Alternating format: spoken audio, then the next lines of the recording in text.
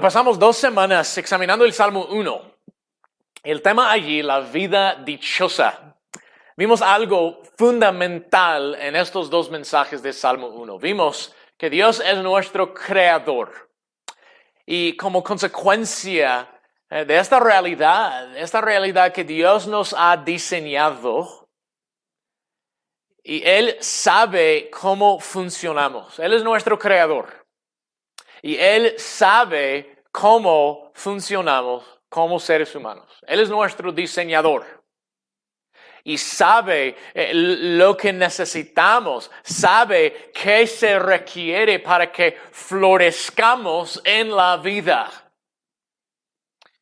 Por eso cuando Dios usa la palabra bienaventurado, feliz, dichoso, afortunado, cuando Dios usa esta palabra, es esencial prestar atención y creer lo que nuestro Creador dice acerca de la verdadera felicidad.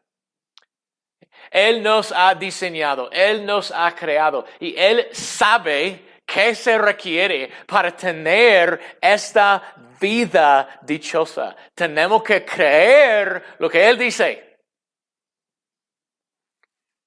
En el Salmo 1 vimos que la vida dichosa es para la persona que rechaza el consejo de los impíos y permanece día y noche en el consejo de Dios. Y otra vez, nos pregunto hoy, ¿lo creemos? ¿Lo creemos? Que esta es la verdadera vida dichosa, tapar los oídos al consejo de los impíos. Y permanecer día y noche en el consejo de Dios escrito en su palabra. ¿Lo creemos? Hemos respondido durante la semana pasada de acuerdo en el Salmo 1. Pero la palabra hebrea traducida allí en el Salmo 1, bienaventurado, se encuentra en el libro de los Salmos 26 veces. Casi siempre se traduce con esa palabra en español, bienaventurado. A veces en el libro de los Salmos se encuentra esta palabra, se traduce esta palabra dichoso. Y no vamos a tomar tiempo para ver cada pasaje, no vamos a ver 26 pasajes para examinar cada vez que se usa esta palabra. Pero sí, vamos a tomar unas semanas, como dije hace 8 días, para ver qué más dice el libro de los Salmos sobre la vida dichosa según nuestro Creador. Nosotros queremos florecer con gozo. Queremos nosotros disfrutar de la vida dichosa. Dios revela mucho en la Biblia, pero nosotros nos vamos a enfocar en el libro de los Salmos sobre esta vida dichosa. Y quiero dar 2 semanas al Salmo 32. Y antes de buscar allí, vamos a notar algo en el Salmo 51, en la lectura de esta mañana, y después iremos al Salmo 32. Pero vamos a dar 2 semanas al Salmo 32, que es un salmo de confesión, un salmo de penitencia, se puede llamar también. Es un salmo donde el salmista o confiesa su propio pecado, o hay varios salmos de confesión, y en algunos de ellos el salmo no está confesando su pecado personal, sino está dirigiendo al pueblo de Dios en una confesión corporal. Pero el Salmo 32 será el texto y es interesante que no se puede identificar el contexto histórico del Salmo 32. No se sabe qué estaba pasando en la vida de David con el Salmo 32. Pero muchos piensan, y yo estoy de acuerdo, que el Salmo 32 es el cumplimiento de una promesa que hizo David en el Salmo 51. En un momento vamos al Salmo 32, pero primero quiero que veamos algo en el Salmo 51.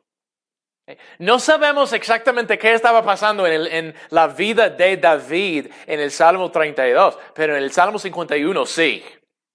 Este también es un salmo de confesión y es obvio que el salmo fue escrito justo después del pecado de David con Betsabé y los otros pecados asociados con ese evento tan triste en la vida de este hombre David. Miren allí el versículo 3.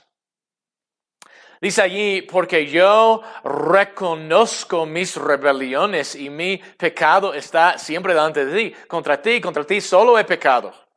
O el versículo 2, lávame más y más, límpiame de mi pecado. Y hay muchas peticiones en el Salmo 51 que Dios le perdone. En ese momento lo está pidiendo. Okay. Versículo 10, crea en mí un corazón limpio.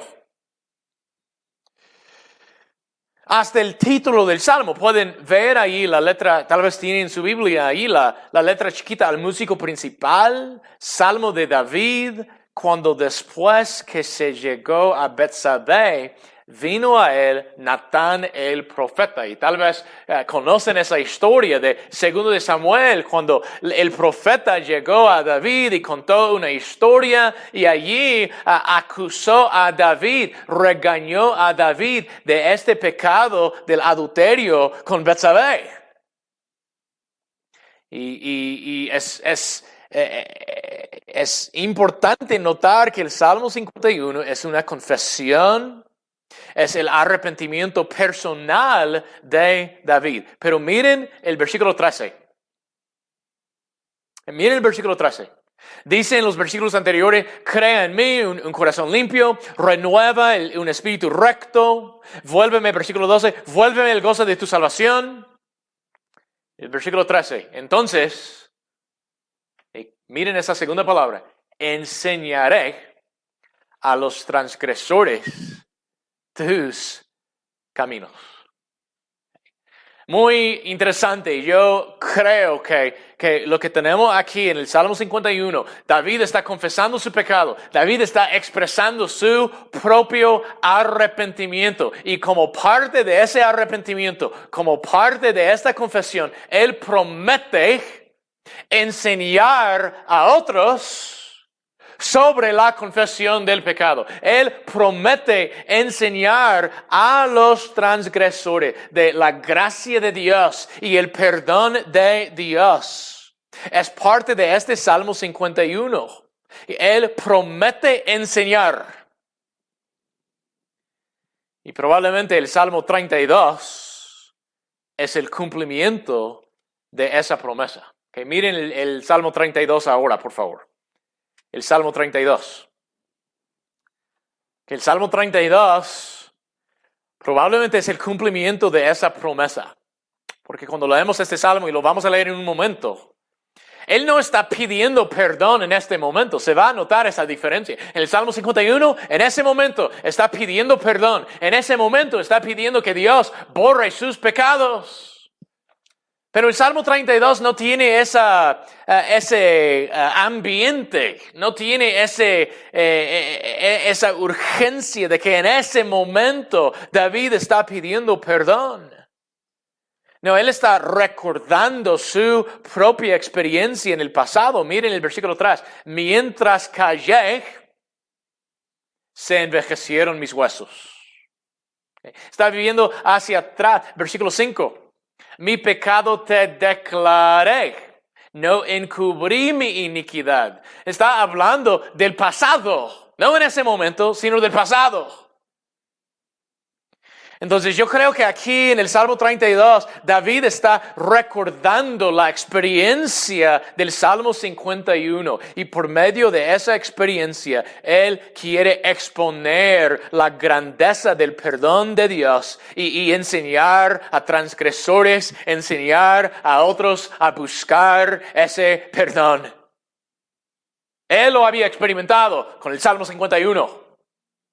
Y ahora está cumpliendo su promesa. Él está ahora enseñando a otros sobre ese mismo perdón. Y empieza, miren la primera palabra de este salmo también, el Salmo 32, el versículo 1. La primera palabra, bienaventurado. Otra vez, empieza aquí el salmista hablando de la vida dichosa. Empieza hablando de la dicha, del gozo de la persona que ha sido perdonada. Esta es la vida dichosa. Y el Salmo 32, en un momento vamos a leer este Salmo. El Salmo 32 nos quiere convencer. Piensen otra vez en David. Después de su pecado con Betsabé y otros pecados allí asociados con ese pecado. Pero piensen allí, pide perdón y él promete, Dios renueva mi espíritu, límpiame, restaure el gozo de mi salvación y yo voy a enseñar a otros. Entonces después de un tiempo, él nos da aquí el Salmo 32 para convencernos a disfrutar de una vida dichosa por medio de la confesión de nuestros pecados a Dios. Dios por medio de David nos quiere convencer de que una vida de arrepentimiento genuino es la vida dichosa. Entonces, con eso en mente, vamos a leer, por favor, el Salmo 32. Bienaventurado aquel cuya transgresión ha sido perdonada y cubierto su pecado. Bienaventurado el hombre a quien Jehová no culpa de iniquidad y en cuyo espíritu no hay engaño. Mientras callé, se envejecieron mis huesos en mi gemir todo el día. Porque de día y de noche se agravó sobre mí tu mano, se volvió mi verdor en sequedades de verano. Selah. Mi pecado te declaré, y no encubrí mi iniquidad. Dije, confesaré mis transgresiones a Jehová, y tú perdonaste la maldad de mi pecado. Selah. Por esto orará a ti todo santo en el tiempo en que pueda ser hallado. Ciertamente en la inundación de muchas aguas no llegarán estas a él. Tú eres mi refugio, me guardarás de la angustia, con cánticos de liberación me rodearás. Selah. Te haré entender y te enseñaré el camino en que debes andar. Sobre ti fijaré mis ojos. No seáis como el caballo o como el mulo sin entendimiento, que han de ser sujetados con cabestro y con freno, porque si no, no se acercan a ti. Muchos dolores habrá para el impío, mas al que espera en Jehová le rodea la misericordia. Alegraos en Jehová y gozaos justos y cantad con júbilo, todos vosotros los rectos de corazón. Qué interesante, ¿verdad? Qué bendición ver. El Salmo empieza con esa palabra, bienaventurado, feliz, dichoso, afortunado.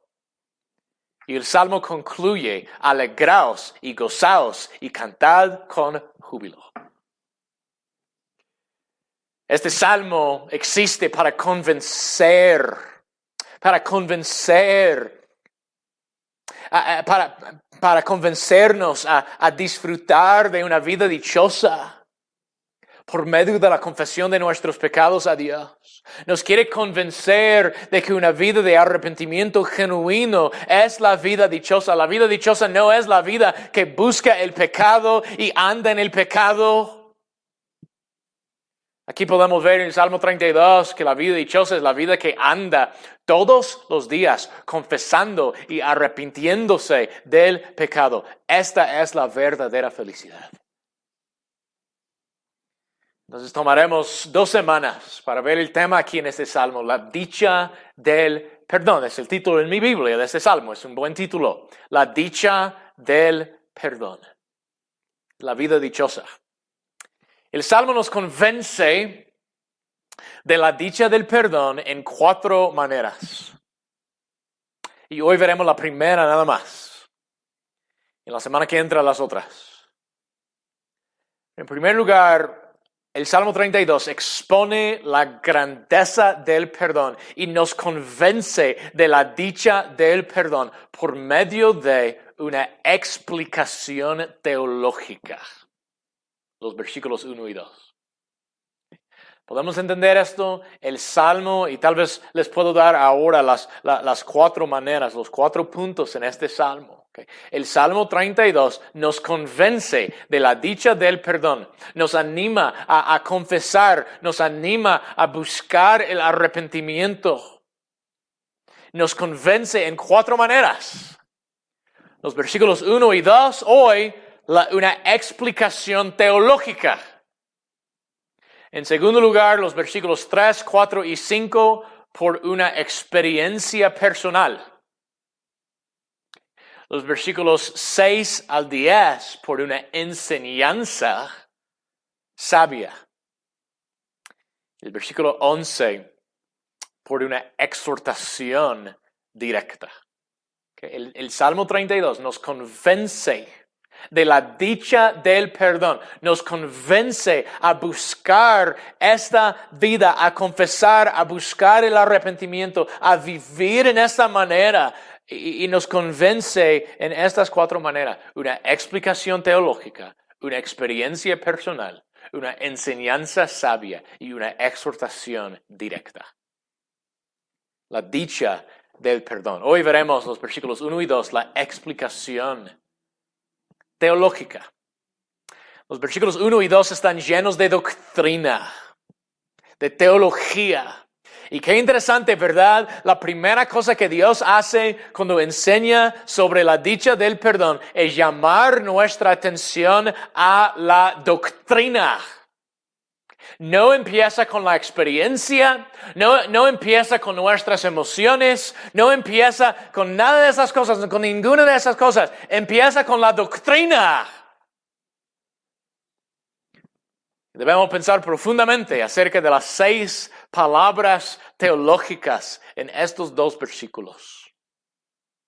Miren ahí otra vez los versículos 1 y 2. Bienaventurado aquel cuya transgresión ha sido perdonada y cubierto su pecado.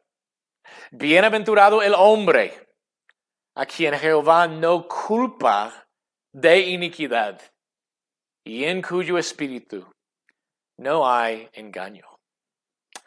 En los versículos 1 y 2 hay 3 palabras que tienen que ver con el pecado, ¿verdad? 3 palabras sobre el pecado y cuán importante este punto. La dicha del perdón es posible solamente para la persona que entiende la realidad sobre su necesidad del perdón. Solamente la dicha del perdón es posible solamente para la persona que acepta la realidad de su pecado. Por eso los versículos 1 y 2 usan 3 diferentes palabras para enfatizar este punto.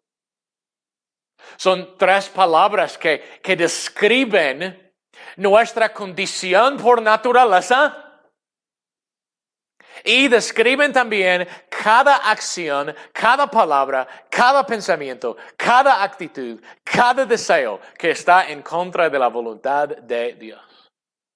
Que entendamos bien, no está diciendo aquí que hay algunas cosas son transgresión, algunas cosas son pecado, algunas cosas son iniquidad. No es así. Cada cosa que hacemos en contra de la voluntad de Dios es las 3 cosas. Cada palabra que queremos usar para lesionar es transgresión, es pecado, es iniquidad. Cada pensamiento impuro es transgresión, es pecado, es iniquidad. Y usa 3 palabras no porque son 3 diferentes categorías. Usa 3 palabras para dar una imagen, un entendimiento más completo de la seriedad de nuestro pecado contra Dios. Lo que somos por naturaleza y lo que hacemos cuando pecamos. Examinemos brevemente esas tres palabras. La primera, el versículo 1, la palabra transgresión. Transgresión, ahí en el versículo 1. Esta palabra hebrea significa rebelión. Rebelión contra una autoridad. Y se usa esta misma palabra hebrea en el Antiguo Testamento de un grupo de personas que quiere derrocar a un rey. Se rebelan contra su autoridad y podemos entender nosotros este punto, esta idea. Hay una autoridad terrenal. Alguien que gobierna sobre un reino, sobre un país. Y hay un grupo de personas allí que quieren derrocar a ese rey. Se están rebelando contra su autoridad. Y la triste realidad es que nosotros somos transgresores. Cuando desobedecemos a Dios, sea en palabra, o actitud, o acción, o deseo, o pensamiento. Esa desobediencia es un acto de rebelión contra nuestro Dios y Creador. Que no es una cosa pequeña. Es un intento necio y vano de levantarnos contra la autoridad del Rey soberano del universo. Es una manera de decir, en las palabras del Salmo 2, rompamos sus ligaduras y echemos de nosotros sus cuerdas. Esa es la rebelión. Ese es el significado de esa palabra transgresión.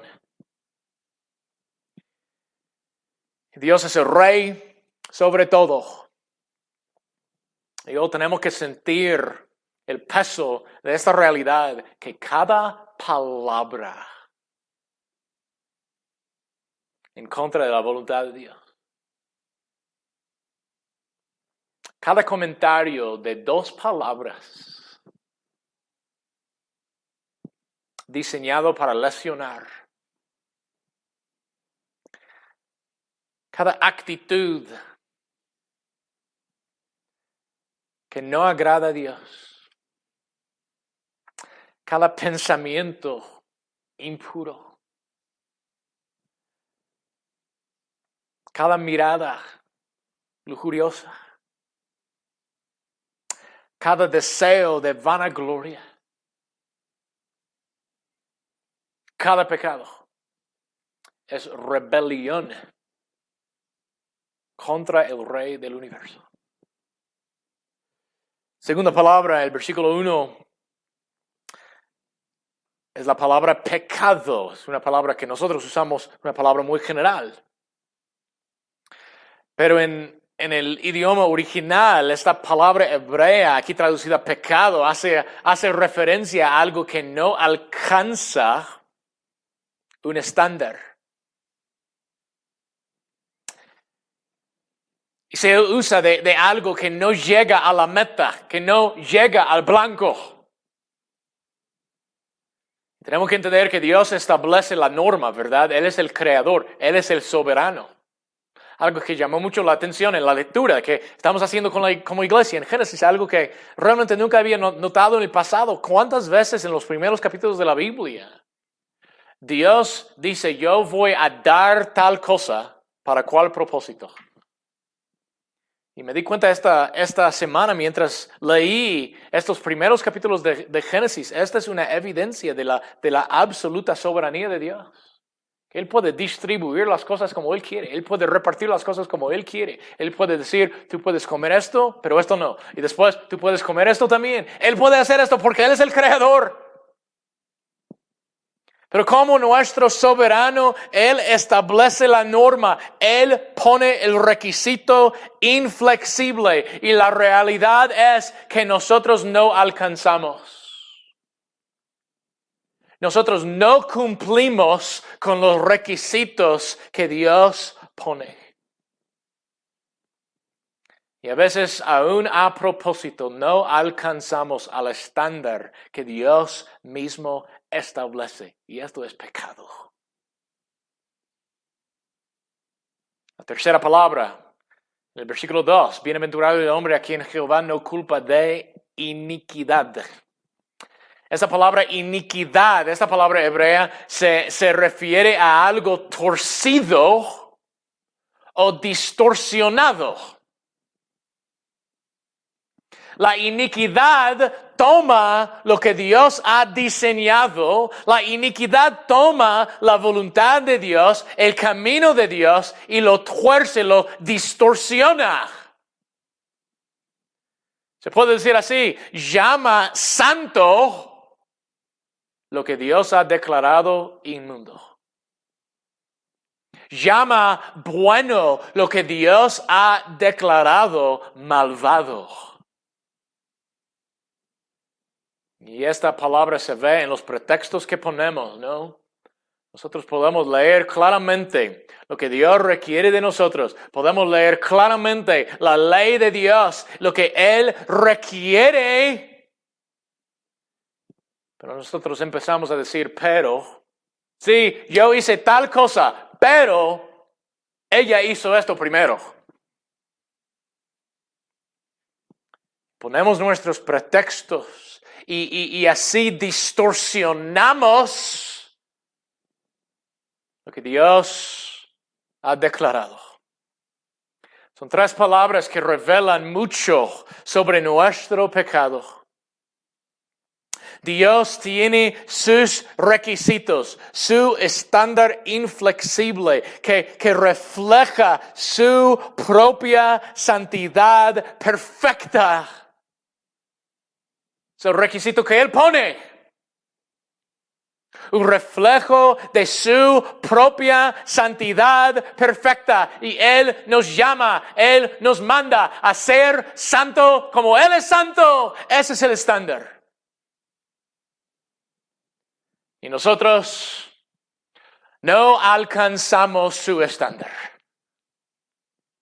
Nos rebelamos contra su estándar. La transgresión. Y distorsionamos su estándar. La palabra iniquidad. Y otra vez pensemos en nuestras palabras. Pensemos en lo que Dios requiere de nosotros, que usemos nuestras palabras para edificar, para dirigir a las personas hacia la verdad de Dios, hacia Cristo Jesús. ¿Y qué hacemos con nuestras palabras? Lesionamos. Corrompemos.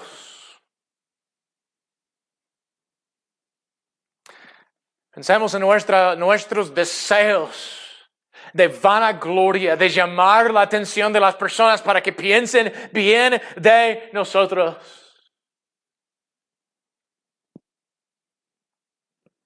Nuestros pensamientos. Como ya mencioné, las miradas lujuriosas, hasta nuestras actitudes que carecen del gozo que Dios nos manda tener.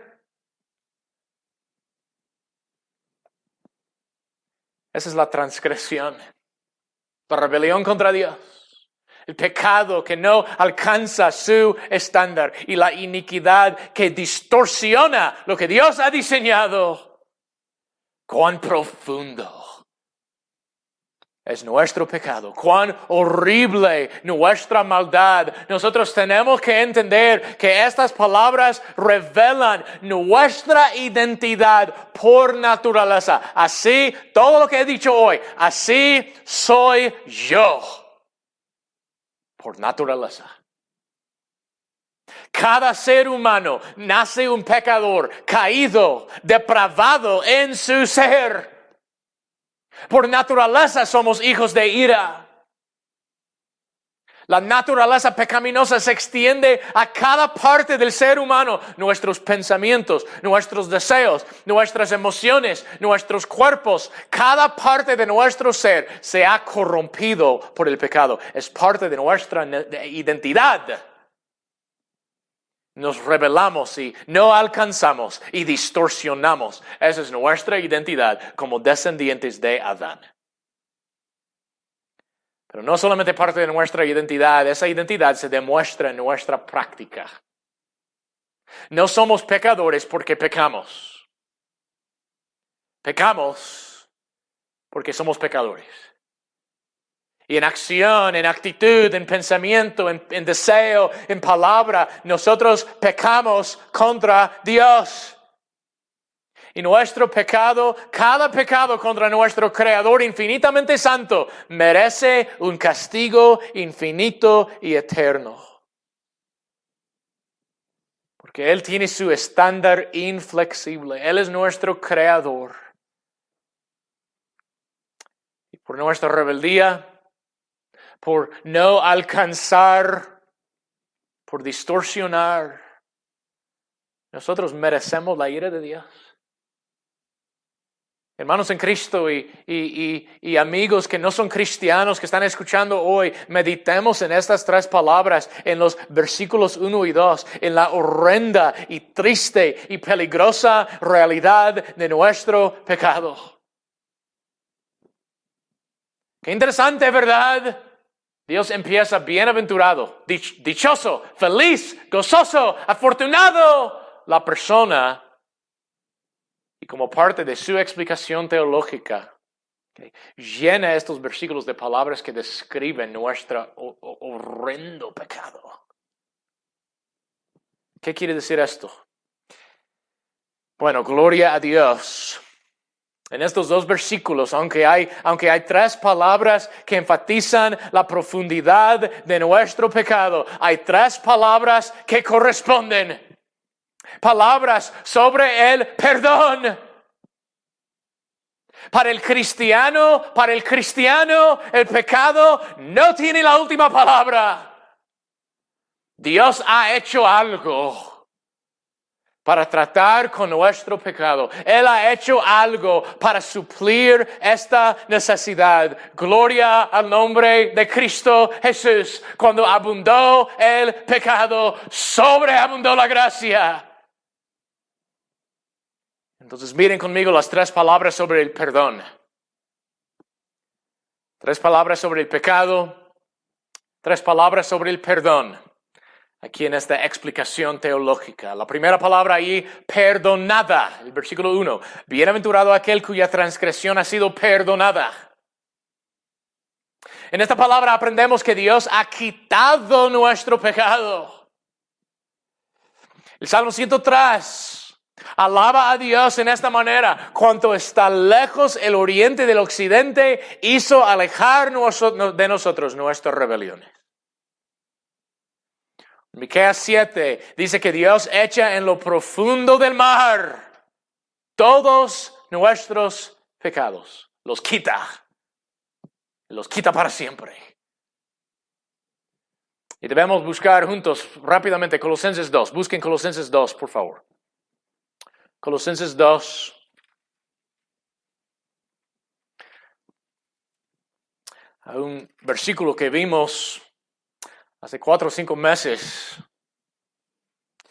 Colosenses 2.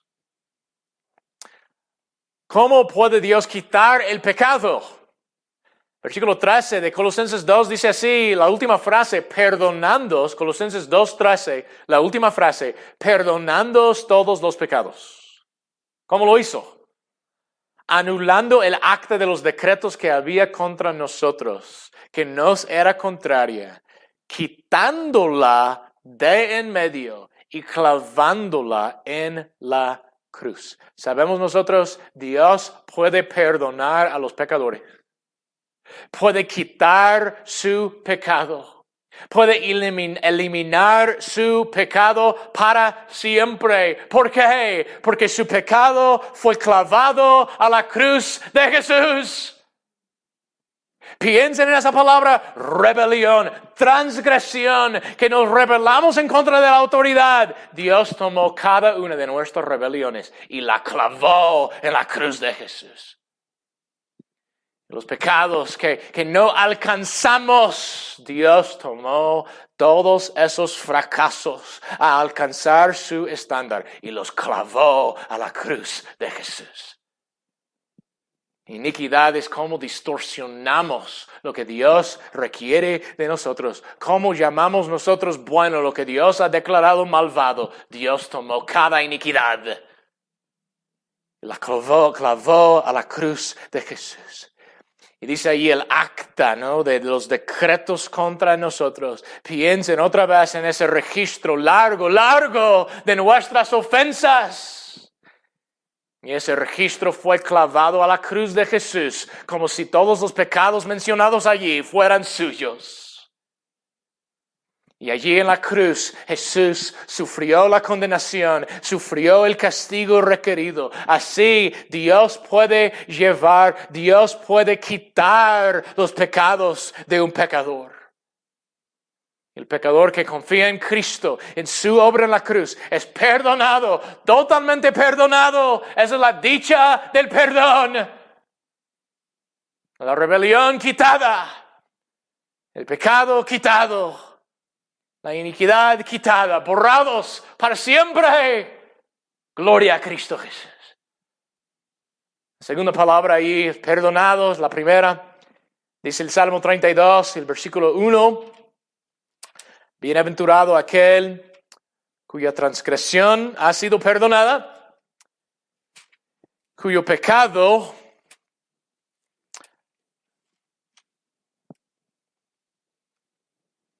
cubierto, dice allí, cubierto su pecado. Dios mismo, por causa de Jesús, cubre nuestros pecados.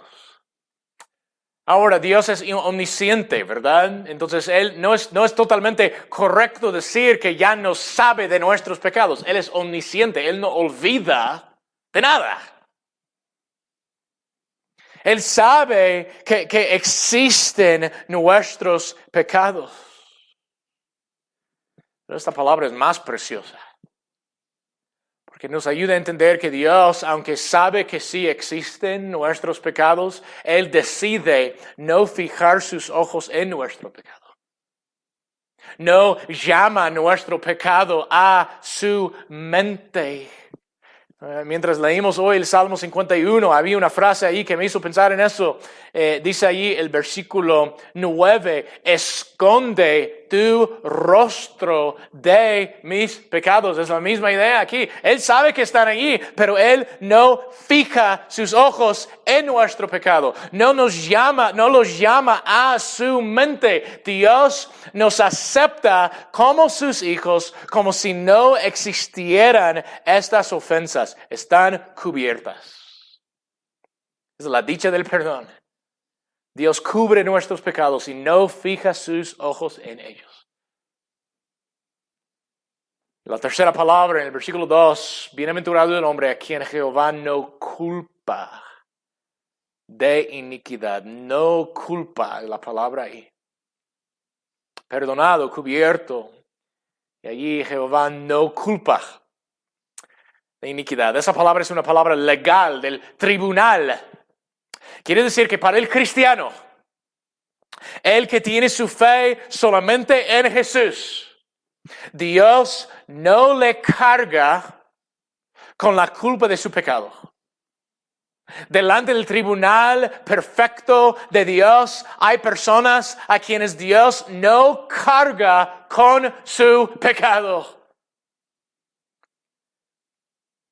La preciosa enseñanza de la Biblia es que cuando un pecador confía en Jesús, en ese momento, no es un proceso, es un momento. Cuando un pecador pone su confianza solamente en Jesús, Dios le perdona de todos sus pecados.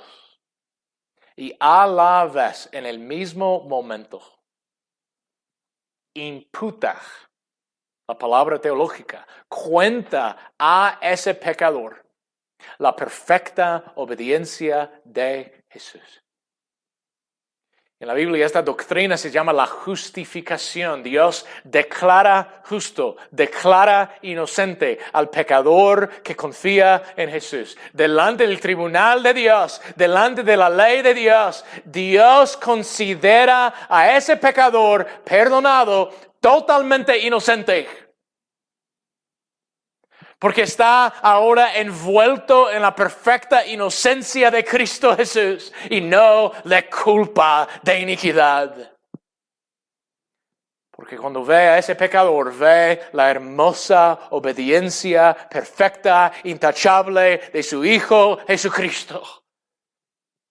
Y así, envuelto en la justicia, envuelto en la inocencia de Jesús, Dios no le culpa de iniquidad. Es la posesión más preciosa que un ser humano pudiera tener, la perfecta obediencia de Jesús ante el tribunal del cielo. Esa es la dicha del perdón. Ahora en el Salmo 32 hay una frase más en el versículo 2. Hemos visto las 3 palabras sobre el pecado y 3 palabras sobre el perdón. Pero es importante notar que la segunda frase del versículo 2 da una condición. No todos disfrutan de la dicha del perdón. No todos pueden regocijarse en este perdón.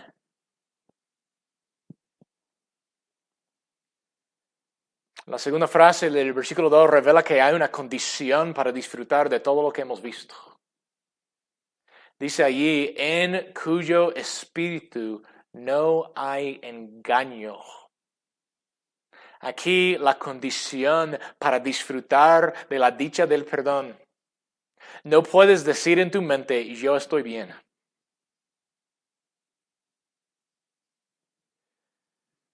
Primero de Juan 1. Es el versículo 8.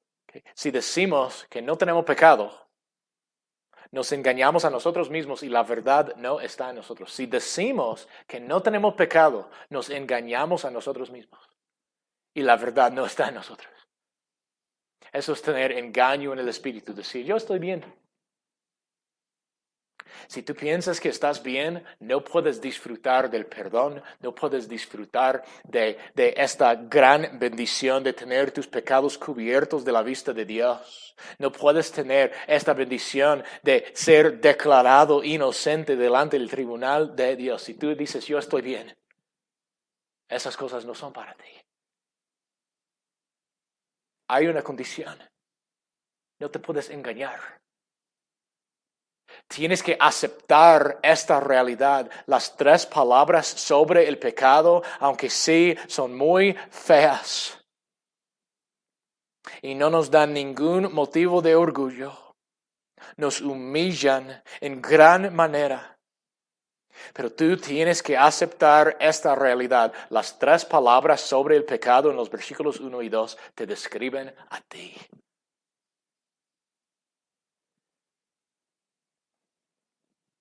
Que tú te has revelado. Tú no alcanzas el estándar que Dios ha puesto.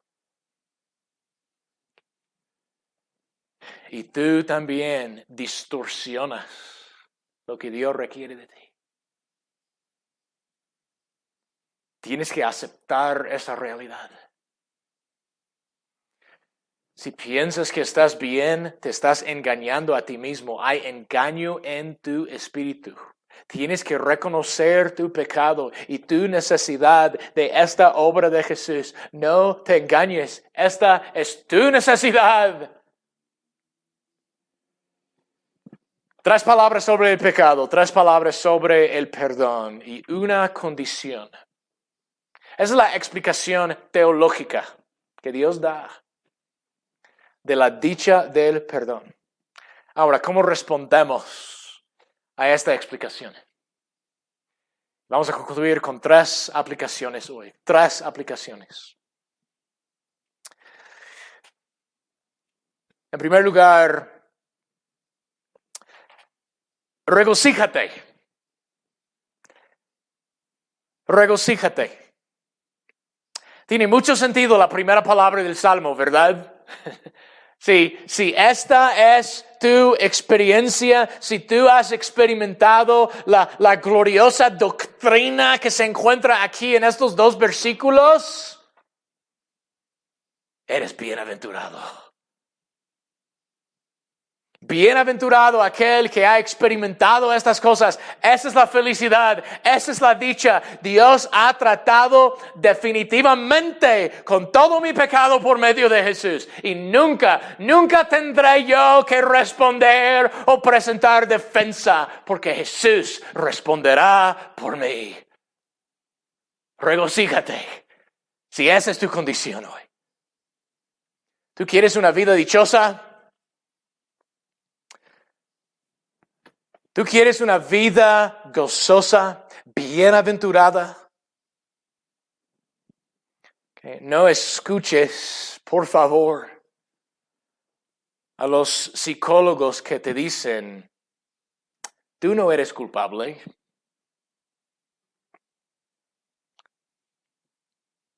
No, tú quieres una vida gozosa, siéntate cada día y piensa en tu pecado.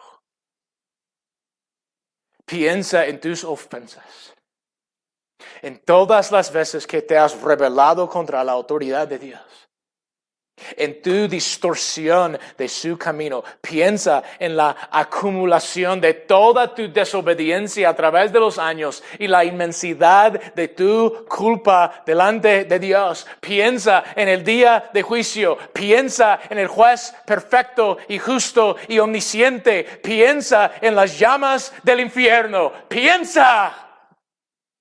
Este salmo nos llama a pensar transgresiones, pecados, iniquidades.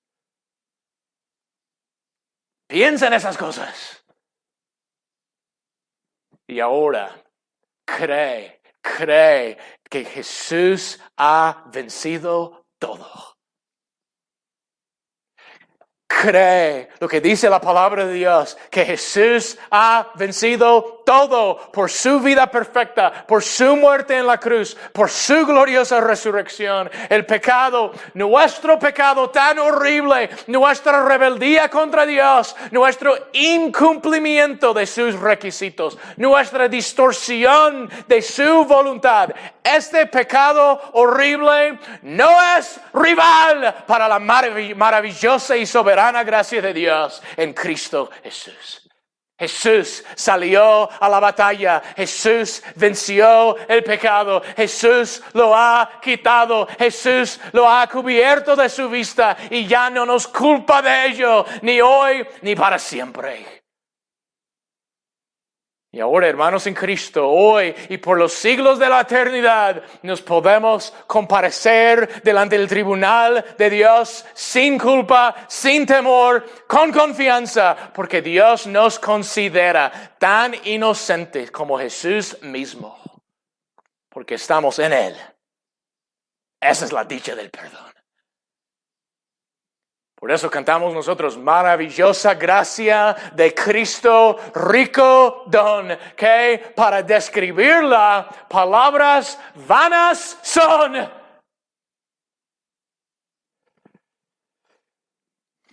Por eso cantamos, mi ser rebosa de pleno gozo. Dios me liberta, dame reposo, pues con su sangre me redimió. Ahora soy de Él. Ahora soy de Cristo. Mío también es Él. Puedo gozar de su amistad por la eternidad. Feliz yo me siento al saber que Jesús libróme de yugo opresor. Quitó mi pecado, clavólo en la cruz. Gloria demos al buen Salvador. Feliz yo me siento al saber esto. Mil voces para celebrar a mi libertador. Que regocíjate. Piensa en tu pecado. Piensa en estas tres palabras sobre el pecado en los versículos 1 y 2. Y cree el testimonio que Dios ha dejado en su palabra. Que Jesús ha vencido todo. Y regocíjate. ¿Esa es tu experiencia en Cristo?